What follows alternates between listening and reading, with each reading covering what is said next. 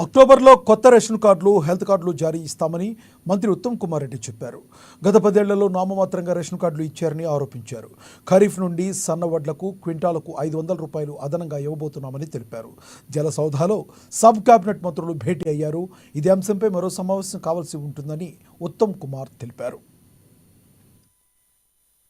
ప్రభుత్వం ముఖ్యమంత్రి గారు 13వ తారీఖున ఒక కమిటీ వేయడం జరిగింది. మా కమిటీ మ్యాండేట్ ఏంటంటే to study the judgment delivered by Supreme Court of India in the case of the state of Punjab and others versus Ravinder Singh and others on 1st August 24 on the sub-classification within SC reserved categories and to carefully examine various aspects associated with the issue and to make recommendations regarding way forward in the matter. ఏ విధంగా ప్రభుత్వం ముందుకు పోవాలో recommendations తయారు చేయమని చెప్పడం జరిగింది.